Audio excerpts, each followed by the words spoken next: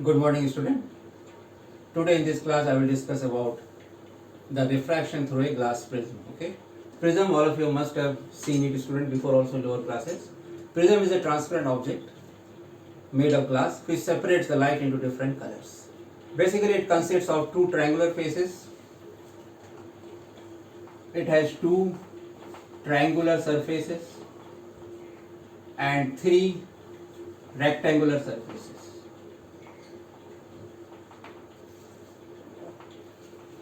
With two rectangular faces inclined to each other, making certain angle. This is one of the principal section of prism, which I have drawn, student, here. Here the medium is refractive index mu1. This is medium prism, refractive index mu2. This is refractive index mu1, student. This ray enters the prism. This is normal. Okay, student, rare to denser, light will bend toward the normal. Denser to rarer, it will bend away from the normal. This angle is known as angle of incidence.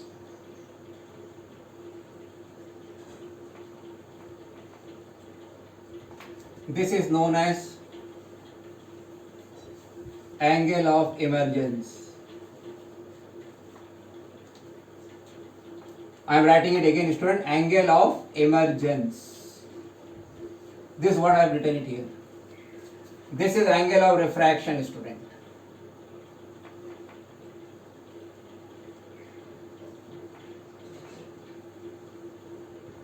Angle of refraction, student. If you remember one difference from the glass slab, when the light was emerging out, in the case of glass slab, when the light was emerging out, it emerges parallel, okay? But in this case it is not parallel. The light which emerges is not parallel. Suppose the prism was not there, this light would have proceeded along this. But it has bent along this, see. This is a student angle of deviation. Angle of deviation, delta. Delta is the angle of deviation. It is the angle between the incident ray and refracted ray, student. You can apply Snell's law, student.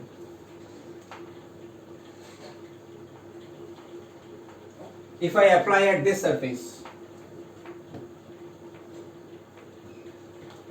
AB,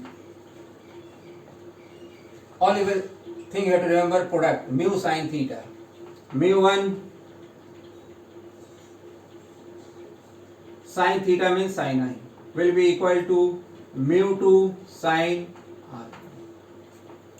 Similarly, at the surface AC, student, if I apply Snell's law, it will come out to be mu2 sine R2 is equal to mu1 sine E.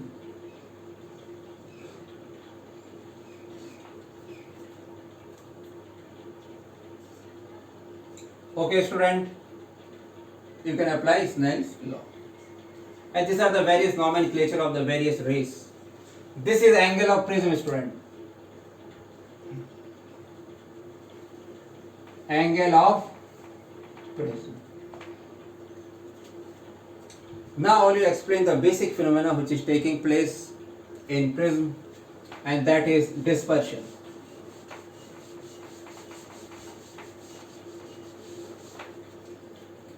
Dispersion. What happens when white light enters the prism, student?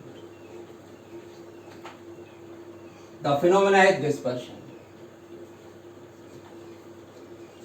The splitting of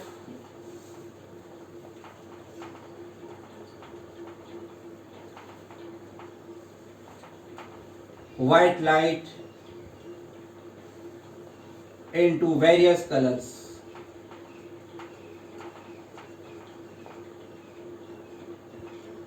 when passing through a prism.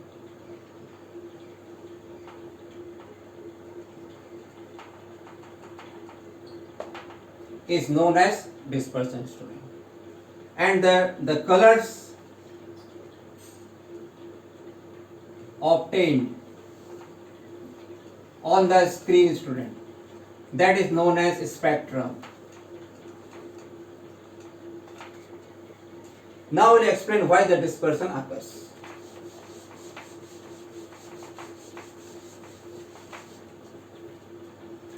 Suppose, student, this is the glass prism.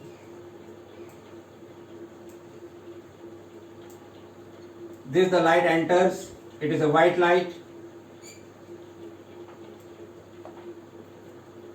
It separates.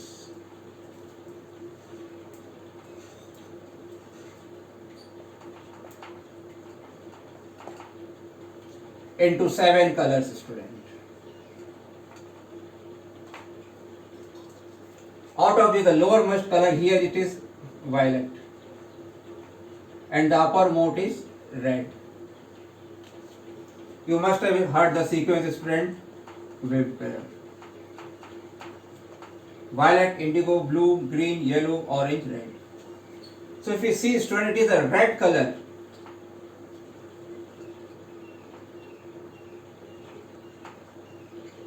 Has the minimum deviation.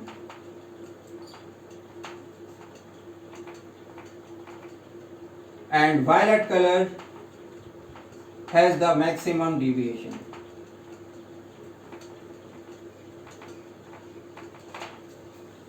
You see it? This is the incident ray. If I trace it backside, this is the deviation for red. But if you see violet color, if I trace it backside, very large angle it is, student.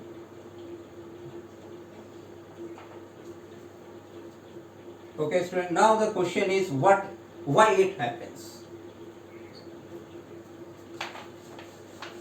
The cause.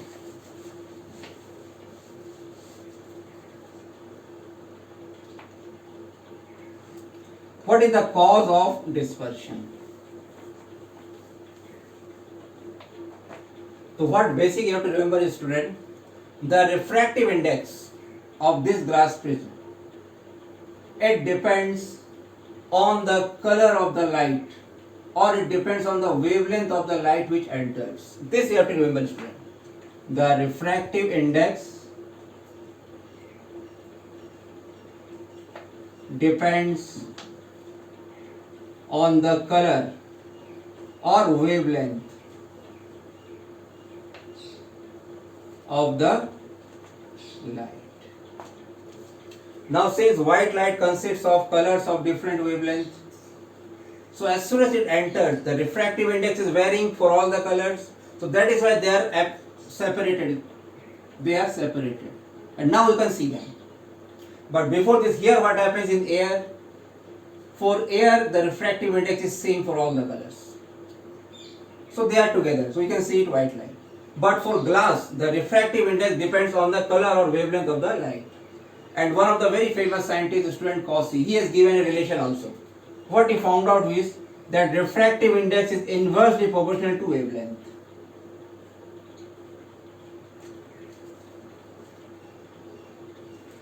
Okay, student, this means, student, see, larger the wavelength, lesser will be the refractive index. And if you see these colors, and you know it, red has the longest wavelength. Red has the longest wavelength. So refractive index will be minimum, and refractive index minimum means it will bend less, and hence for red color there is a minimum deviation. For violet color, wavelength is less, so refractive index becomes more. That is why it bends more as compared to red color. So this is the phenomena of refraction, students, which is occurring through prism, and the phenomena is known as dispersion of light. The same phenomena is observed in the nature in the form of rainbow, where the sun appears after the rain showers. The water droplet, they act as a prism. Sun rays enters the water droplet, and due to refraction and internal reflection, the process of dispersion takes place, and you can see the colors in the form of rainbow, student. So this is what the prism is, student. It separates the colors. Now one more very interesting experiment related to this is, In the starting it was thought that the prism was producing colors. But after that, a very famous experiment done in this way, student. One prism was kept like this,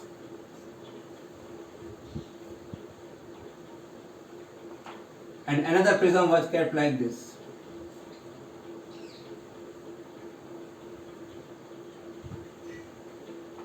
And now white light was made to pass.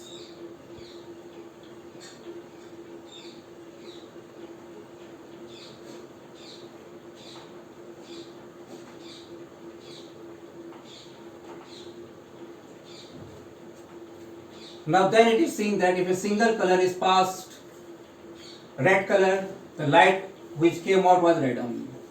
Now if you keep the prism like this, the same white light comes out as a white only. So this was the experiment which proved that prism does not produce colors, it only separates the colors which are there. If we pass a single color, you will get single color on the outside. But if there is a mixture of colors, they are separated. Now here, student, what the prism does, it turns the rays toward the base. So this prism is turning the rays downward. Here the base is upward, so this prism is turning the rays upward. So ultimately the net deviation was 0. So this was the experiment, which was a very famous experiment done by Newton.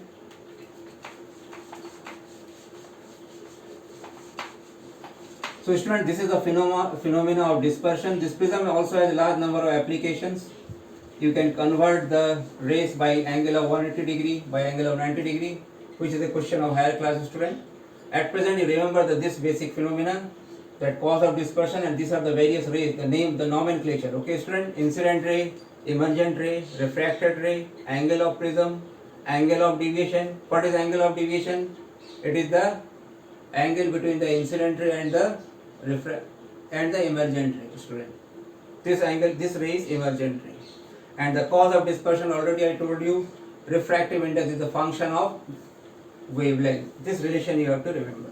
So you can explain why the red light is bending in a different way, why the violet is bending in a different way. By this relation it can be easily explained. Higher the wavelength, less will be the refractive index, and hence less will be the bending. This you have to remember. Higher the wavelength, lesser will be the refractive index. Okay, this you have to remember.